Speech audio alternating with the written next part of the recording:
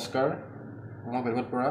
পুনৰবাৰ মই আপোনালোকক মোৰ ইউটিউব চেনেল বিবাহ ক্লাছলৈ স্বাগতম জনাইছোঁ। আজি মই আচলতে যিসমূহ পৰীক্ষা পৰ্যায়মূলক পৰীক্ষা অনুষ্ঠিত হৈ থাকে সেই পৰীক্ষাসমূহত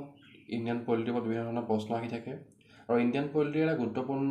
পাৰ্ট হ'ল ইণ্ডিয়ান কনষ্টিটিউশ্যন আৰু ইণ্ডিয়ান কনষ্টিটিউশ্যনৰ ওপৰতো সাধাৰণতে যিখিনি আৰ্টিকল আছে ইয়াৰ আৰ্টিকলৰ ওপৰত বা ইণ্ডিয়ান যিখন কনষ্টিটিউশ্যন আছে তাৰ ওপৰত বিভিন্ন ধৰণৰ প্ৰশ্ন আহি থাকে। সেইবাবে মই ভাবিলোঁ যে আজি আপোনালোকৰ বাবে মই ইণ্ডিয়ান কনষ্টিটিউশ্যনৰ যিটো পাৰ্ট আছে সেই পাৰ্টটো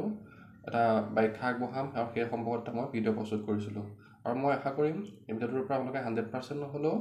80% বা 90% হ'লেও আপোনালোকে ইয়াৰ পৰা উপকৃত হ'ব। এতিয়া আহকচোন আমি ভিডিঅ'টোৰ মাজলৈ যাওঁ। ভাৰতীয় সংবিধান। এতিয়া কথা হ'ল যে ভাৰতীয় আমাৰ যিখন সংবিধান আছে এই সংবিধানখনৰ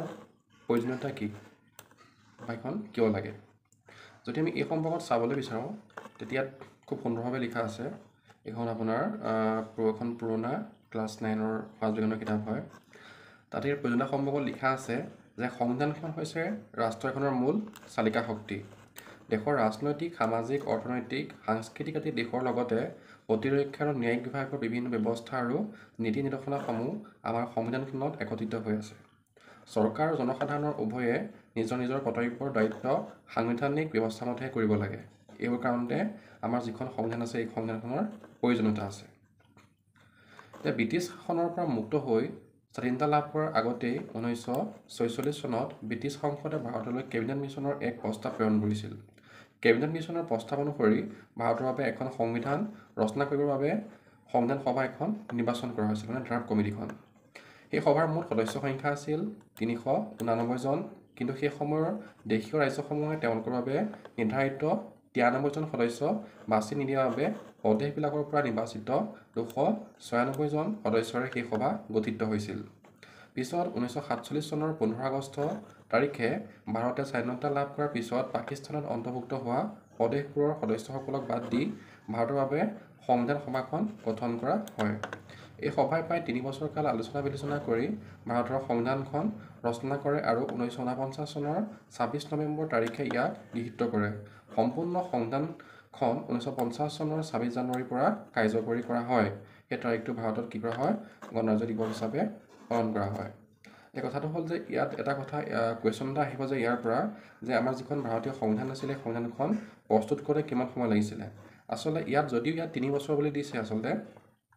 সম্পূৰ্ণ তাত 3 বছৰ সময় লগা নাছিলে।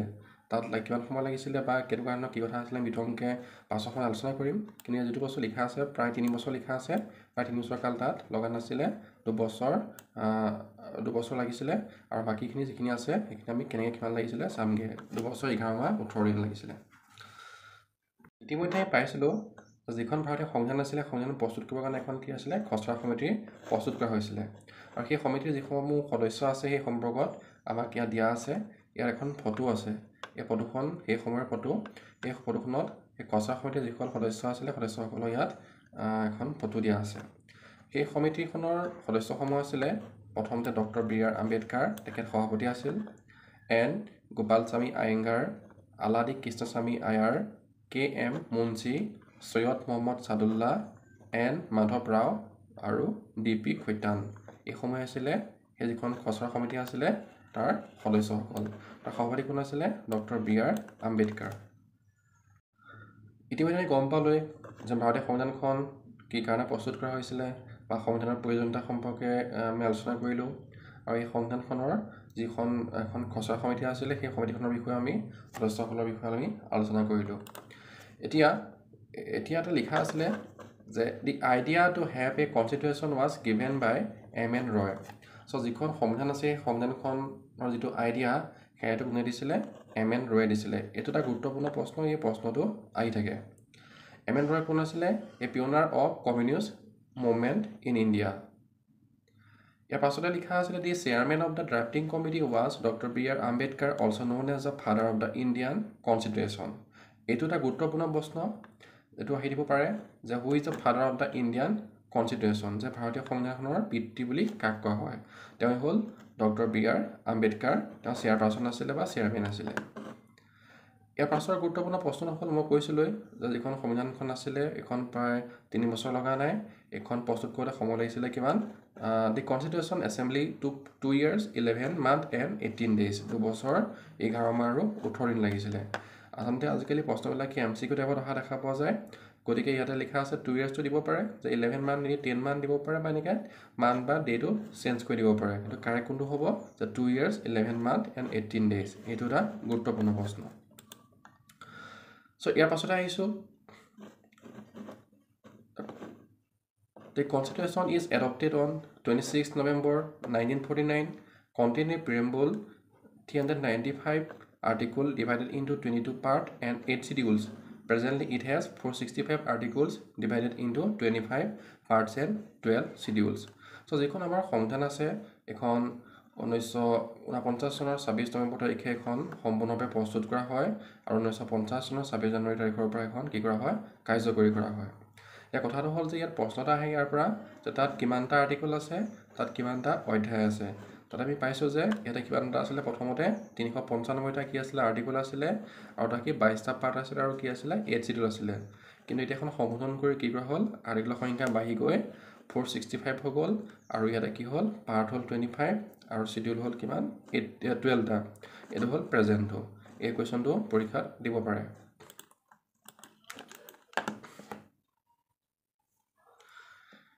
এটা লিখা আছে The Constitution was delayed till 26 January because in 1929 on this day Indian National Congress demanded Purna Swaraj in Lahore session chaired by Jawaharlal Nehru এটা কথাটো হ'ল যে যেহেতু 1950 চনৰ 26 নৱেম্বৰ তাৰিখে কি কৰা হৈছিলে যিখন সংবিধান আছিলে এখন সম্পূৰ্ণভাৱে প্ৰস্তুত কৰি হৈ গৈছিলে কিন্তু এই সংবিধানখন কি কাৰণে 26 জানুৱাৰী তাৰিখলৈকে ৰৈ আছিল যে কাৰ্যকৰী কৰিবলৈ কথাটো হ'ল যে কি হ'ল যে 1929 চনৰ 26 জানুৱাৰী তাৰিখে কি কৰিছিলে আমাৰ যেটো মানে হেৰি আছিলে নেশনাল কংগ্ৰেছে কি কৰিছিলে পূৰ্ণ স্বৰাজ লাভ কৰিছিলে আৰু সেই কাৰণে কি কৰিছিলে এই 26 জানুৱাৰী তাৰিখলৈ এখন কাৰ্যকৰী কৰালৈ ৰৈ আছিল The Constitution came into force on 26 January 1950 known as Republic Day of India The Constitution Assembly adopted our national flag on 22 July 1947. It was designed by Pingali Venkaya. এই কোৱেশ্যনটো আহিব যে যিখন আমাৰ ৰাষ্ট্ৰীয় পতাকা আছে পতাকাখন কোনে ডিজাইন কৰিছিলে উত্তৰ হ'ব কোন পিংগালী ভেনকায়া এইটো এটা গুৰুত্বপূৰ্ণ প্ৰশ্ন ইয়াৰ পাছত আহিছোঁ ভাৰতীয় সংবিধানৰ আচলতে হাৰ্ট বুলি ক'লে আমাৰ প্ৰস্তাৱনামূলক কথা ক'ব পাৰি বা ভাৰতীয় প্ৰস্তাৱনামূলক কি বুলি কোৱা হয় সংবিধানখনৰ হাৰ্ট বুলি ক'ব পাৰি So, ইয়াতে লিখা আছে with the people of India having solemnly resolved to constitute India into a sovereign, socialist, secular, democratic republic and secure to all its citizens. ইয়াত মই অসমীয়াত চাম আৰু কি কৈছে এটা ভালকে দুটা শব্দ আছে ইয়াতে socialist আৰু secular এই শব্দকেইটা প্ৰথমতে নাছিলে এই শব্দকেইটা কি কৰা হ'ল যে আমাৰ সংবিধান কি কৰা হৈছিলে এমেণ্ডমেণ্ট কৰা হৈছিলে 1976ত 42 নং সংশোধন কৰা হৈছিলে তেতিয়া কি কৰা হৈছিলে সেকুলাৰ আৰু সোশ্যালিষ্ট এই শব্দ দুটাত সংযোগ কৰা হ'ল এতিয়া আমি এই সম্পৰ্কত অকমান অসমীয়াত চাই লওঁচোন বস্তুটো হ'ল যে সংবিধানৰ প্ৰস্তাৱনাটো কি আছিলে আৰু ইয়াত কি আছে সো এটা লিখা আছে আমি ভাৰতৰ জনসাধাৰণে ভাৰতবৰ্ষ এখন সাৰ্বভৌম সমাজবাদী ধৰ্মনিৰপেক্ষ গণতান্ত্ৰিক গণৰাজ্য হিচাপে প্ৰতিষ্ঠা কৰিম বুলি দৃঢ় সংকল্প কৰি আৰু ভাৰতবৰ্ষৰ সকলো লোককে সামাজিক অৰ্থনৈতিক আৰু ৰাজনৈতিক ন্যায় চিন্তা প্ৰকাশ বিশ্বাস ধৰ্ম আৰু উপাসনাৰ স্বাধীনতা সমমৰ্যাদা আৰু সুযোগ দিম বুলি আৰু তেওঁলোকৰ মাজত ব্যক্তিৰ মৰ্যাদা জাতীয় ঐক্য আৰু সংহতি নিশ্চিতকাৰী ভাতৃত্বভাৱ বৃদ্ধি কৰিবলৈ আজি 1949 চনৰ 26 নৱেম্বৰ তাৰিখে আমাৰ সংবিধান সভাই গ্ৰহণ কৰা লিপিবদ্ধ কৰা এই সংবিধানখন আমি নিজকে অৰ্পণ কৰিলোঁ সো এই বুলি আমাৰ প্ৰস্তাৱনাত কি কৰা আছিল লিখা আছিল সো এটা যেটা শব্দ লিখা আছে সাৰ্বভৌম সমাজবাদ ধৰ্মনিৰপেক্ষ গণতান্ত্ৰিক আৰু গণৰাজ্য এই শব্দকেইটা সম্পৰ্কত আমি চাম কিন্তু এতিয়া কথাটো হ'ল যে ইয়াত যেতিয়া প্ৰথমতে এখন প্ৰস্তুত কৰা হৈছিল সেই সময়ত দুটা শব্দ ইয়াত নাছিলে এই শব্দকেইটা কি কৰা হৈছে পাছত সংশোধন কৰি ইয়াত সংযোগ কৰা হৈছে 1950 চনৰ 26 জানুৱাৰীত সংবিধানখন কাৰ্যকৰী কৰাৰ সময়ত প্ৰস্তাৱনাত সমাজবাদী ধৰ্মনিৰপেক্ষ ঐক্য শব্দকেইটা নাছিলে কোনকেইটা শব্দ সমাজবাদী যাক ইংলিছত কি বুলি কোৱা হয় সেকুলাৰ আৰু কি কোৱা হয় ছ'চিয়েলিষ্ট এই শব্দকেইটা 1976 চনৰ 18 ডিচেম্বৰ তাৰিখে হোৱা সংবিধানৰ 42তম সংবিধান সংশোধনৰ জৰিয়তে এইকেইটা কি কৰা হয় প্ৰস্তাৱনাত সংযোগ কৰা হয় এতিয়া এই প্ৰশ্নটো পৰীক্ষাত অহা এটা গুৰুত্বপূৰ্ণ প্ৰশ্ন যে ছ'চিয়েলিষ্ট সেকুলাৰ এই শব্দকেইটা কেতিয়া প্ৰস্তাৱনাত সংযোগ কৰা হৈছিলে এইকেইটা কি কৰা হৈছিলে 42তম সংশোধন মতে 1976 চনৰ 18 ডিচেম্বৰ তাৰিখে কি কৰা হয় প্ৰস্তাৱনাৰ লগত সংযোগ কৰা হয় এতিয়া ইয়াৰ পাছতে আমি যেটা শব্দ আছে ইয়াত সাৰ্বভৌম ইংলিছত কি কৰা হয় সভৰেইন সমাজবাদী ছ'চিয়েলিষ্ট ধৰ্মনিৰপেক্ষ সেকুলাৰ গণতান্ত্ৰিক ডেম'ক্ৰেটিক আৰু আছিলে প্ৰজাতন্ত্ৰ ৰিপাব্লিক মানে এখন কি হয় আমাৰ ৰাইজৰ শাসন ব্যৱস্থাৰ কাৰণে কি বুলি কোৱা হয় ইয়াত ৰিপাব্লিক বুলি কোৱা হয় এই শব্দকেইটা সম্পৰ্কত আমি অকমান চাই লওঁ সাৰ্বভৌম ভাৰতবৰ্ষ এখন সাৰ্বভৌম ৰাষ্ট্ৰ সাৰ্বভৌমত্ব হৈছে ৰাষ্ট্ৰৰ সৰ্বোচ্চ ক্ষমতা অৰ্থাৎ বাহ্যিকভাৱে ভাৰতবৰ্ষৰ কোনো বিদেশী শক্তিৰ তলতীয়া নহয় আৰু আভ্যন্তৰীণভাৱেও ভাৰতবৰ্ষ কোনো বিশেষ শক্তিৰ দ্বাৰা পৰিচালিত নহয় ইয়াৰ পাছতে আছিলে সমাজবাদী ছ'চিয়েলিষ্ট বুলি কোৱা হয় ইংলিছত ভাৰতবৰ্ষ এখন সমাজবাদী ৰাষ্ট্ৰ সংবিধানৰ 42তম সংশোধনী আইনৰ জৰিয়তে 1976 চনত এই শব্দটো প্ৰস্তাৱনাত সংযোজন কৰা হৈছে মই আজি আপোনালোকৰ বাবে কোনো প্ৰশ্ন দিয়া নাই মই আপোনালোকক মানে এটা ব্যাখ্যা আগবঢ়াইছোঁ আশা কৰিম এই ব্যাখ্যাটো আপোনালোকক কি কৰিব বহুত সহায় কৰিব ইয়াৰ পাছত আছে ধৰ্মনিৰপেক্ষ ভাৰতবৰ্ষ এখন ধৰ্মনিৰপেক্ষ ৰাষ্ট্ৰ ইয়াত চৰকাৰী ধৰ্ম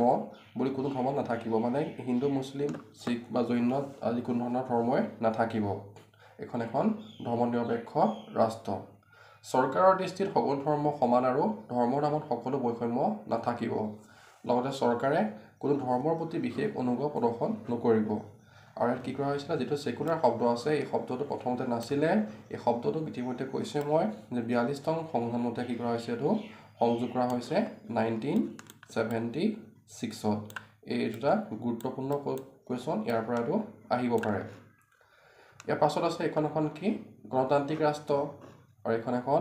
গণৰাজ্য অৰ্থাৎ এখন কি হয় ভাৰতবৰ্ষৰ যিসমূহ প্ৰজা বা যিসমূহ জনসাধাৰণ আছে তেওঁলোকে কি কৰা হয় তেওঁলোকৰ দ্বাৰা এখন কি হয় শাসন ব্যৱস্থা বা তেওঁলোকে এজনক নিৰ্বাচিত কৰি দিয়ে আৰু তেওঁ নিৰ্বাচিত কৰা ব্যক্তিজনে কি কৰে ৰাষ্ট্ৰখনৰ প্ৰধান হয় তেওঁ গোটেই ৰাষ্ট্ৰখন শাসন কৰে ঠিক আছে এইখিনি গোটেইখিনি শব্দৰ বিষয়ে ক'লো এই শব্দকেইটাৰ কি কোৱেশ্চন আহিব এইখিনি জনালো এতিয়া আমাৰ গুৰুত্বপূৰ্ণ আৰু ইম্পৰ্টেণ্ট টপিকটো হ'ল যে আমাৰ সংবিধানখন যেতিয়া প্ৰস্তুত কৰিছিলে প্ৰস্তুত কৰিলে কি হ'ল বিভিন্ন ৰাষ্ট্ৰৰ পৰা কিছুমান বস্তু আনিছিলে এই সোৰ্সসমূহ কোনখন ৰাষ্ট্ৰৰ পৰা কি আনিছিলে সেইটো এটা বহুত গুৰুত্বপূৰ্ণ প্ৰশ্ন প্ৰথমতে আমি সেইটো চাই লওঁ এতিয়া আমি চাবলৈ গৈ আছো source of the Indian constitution যে ভাৰতীয় যিখন সংবিধান আছে এই সংবিধানখনৰ যিসমূহ পাৰ্ট আছে এই পাৰ্টসমূহ আচলতে ক'ৰ পৰা অনা হৈছিলে এইটো এটা গুৰুত্বপূৰ্ণ প্ৰশ্ন মই 100% আপোনাক গ্যাৰান্টি দি ক'ম যিসমূহ পৰীক্ষাত আপোনাৰ ইণ্ডিয়ান পলিটিৰ বিষয়ে আহিব সেই পৰীক্ষাসমূহৰ ভিতৰত ইয়াৰ এটা প্ৰশ্ন আপোনালোকৰ পৰীক্ষাত আহিবই এতিয়া যদি মই চাওঁ যে government of India act of 1935 so যিখন গভৰ্ণমেণ্ট ইণ্ডিয়া এক্ট আছিলে 1935 তাৰ পৰা কি অনা হৈছিলে ফেডাৰেল স্কিম মই অকণ জুম কৰি দিছোঁ তাৰ পৰা অনা হৈছিলে federal scheme office of the governor judiciary public service commission emergency provisional administrative details এইখিনি বস্তু ক'ৰ পৰা অনা হৈছিলে ভাৰতবৰ্ষৰ যিখন ইণ্ডিয়া আছিলে আইন আছিলে 1935ৰ সেই এখনৰ পৰা এইখিনি বস্তু অনা হৈছিলে আপোনালোকে পাৰিলে এটা স্ক্ৰীনশ্বট মাৰি ল'ব বা যিসময় চাই আছে আপোনালোকে পাৰিলে লিখিও ল'ব পাৰে ইয়াৰ পাছতে হ'ল ব্ৰিটিছ কনষ্টিটিউশ্যন যে ব্ৰিটিছ কনষ্টিটিউশ্যনৰ পৰা কি আনিছিলে সো ইয়াৰ পৰা অনা হৈছিলে parliamentary government rule of law legislative procedure single citizenship cabinet system prerogative rights parliamentary privilege and by criminalism এইখিনি বস্তু কৰবা আনিছিলে এইখিনি বস্তু আনিছিলে ব্ৰিটিছ কনষ্টিটিউশ্যনৰ পৰা গতিকে আপোনালোকে পাৰিলে এটা স্ক্ৰীনশ্বট মাৰি ল'ব আৰু তাৰ পৰা আহিছিলে USA কনষ্টিটিউশ্যন তাৰ পৰা কি আনিছিলে ফাণ্ডামেণ্টেল ৰাইটটো কৰবা আনিছিলে USA ৰ পৰা আনিছিলে independence of judiciary review impeachment of president, removal of Supreme Court and High Court judge and post of the vice president. এতিয়া কথাটো হ'ল যে ফাউণ্ডামেণ্টেল ৰাইটটো আমি দেখিবলৈ যে US পৰা আনিছিলে আৰু যিসমূহ ৰাষ্ট্ৰপতিয়ে হওক বা হাইকোৰ্টে হওক সুপ্ৰিম কোৰ্টে হওক বা কি কয় প্ৰেচিডেণ্টৰ ভাইচ প্ৰেচিডেণ্টৰ কথাই পোষ্টৰ কথাই হওক এইখিনি বস্তু ক'ৰ পৰা আনিছিলে US পৰা আনিছিলে যদি এবাৰ কোৰ্টৰ কথা আহে সুপ্ৰিম কোৰ্ট হাইকোৰ্ট এইবিলাক কোৰ্টৰ কথা ক'ৰ পৰা আনিছিলে এইবিলাক আনিছিলে US পৰা আনিছিলে এতিয়া হ'ল কানাডাৰ পৰা কি আনিছিলে কানাডিয়ান কনষ্টিটিউশ্যন তাৰ পৰা কি আনিছিলে তাৰ পৰা আহিছিলে federation with a strong centre vesting of residual power in the center, appointment of state governors by the center, and advisory jurisdiction of the Supreme Court. এইখিনি বস্তু আনিছিলে ক'ৰ পৰা এইখিনি বস্তু আনিছিলে কানাডাৰ পৰা এতিয়া ৱেইমাৰ কনষ্টিটিউশ্যন অফ জাৰ্মানী জাৰ্মানীৰ পৰা কি আনিছিলে তাৰ পৰা এটা বস্তু আনিছিলে সেইটো হ'ল suspension of fundamental right during emergency so' emergency সময়ত কোনবিলাক মানে ফাউণ্ডামেণ্টেল ৰাইট আমি ব্যৱহাৰ কৰিব লাগিব সেইখিনি বস্তু ক'ৰ পৰা আনিছিলে সেইখিনি বস্তু আনিছিলে জাৰ্মানীৰ পৰা আনিছিলে আৰু অষ্ট্ৰেলিয়াৰ পৰা আনিছিলে concurrent list freedom of trade commerce and intercourse and joint sitting of the two houses of parliament এইবিলাক বস্তু ক'ৰ পৰা আনিছিলে এইবিলাক বস্তু আনিছিলে অষ্ট্ৰেলিয়াৰ পৰা আৰু এইখিনি বস্তু বহুত ইম্পৰ্টেণ্ট হয় এইখিনি বস্তুৰ পৰা যিকোনো এটা কুৱেশ্যন আপোনালোকে পৰীক্ষাত আহি থকা দেখা পোৱা যায় আৰু আহিবই ইয়াৰ পৰাটো মানে আপোনালোকে গতিকে এটা স্ক্ৰীনশ্বট বা আপোনালোকে পাৰিলে লিখি ল'ব এইখিনি চ' আজিৰ ভিডিঅ'টো আচলতে এইখিনিয়ে আছিলে মই আশা কৰিম ভিডিঅ'টো আপোনালোকৰ বাবে অলপ গুৰুত্বপূৰ্ণ আৰু আপোনালোকৰ যিসমূহ পৰীক্ষা আহিবলগীয়া আছে সেই পৰীক্ষাসমূহত ভিডিঅ'টো আপোনালোকক সহায় কৰিব যদি ভাল পালে লাইক কৰিব কমেণ্ট কৰি জনাব কেনেকুৱা পালে আৰু পাৰিলে লগৰবোৰৰ লগত অলপ শ্বেয়াৰ কৰি দিব ধন্যবাদ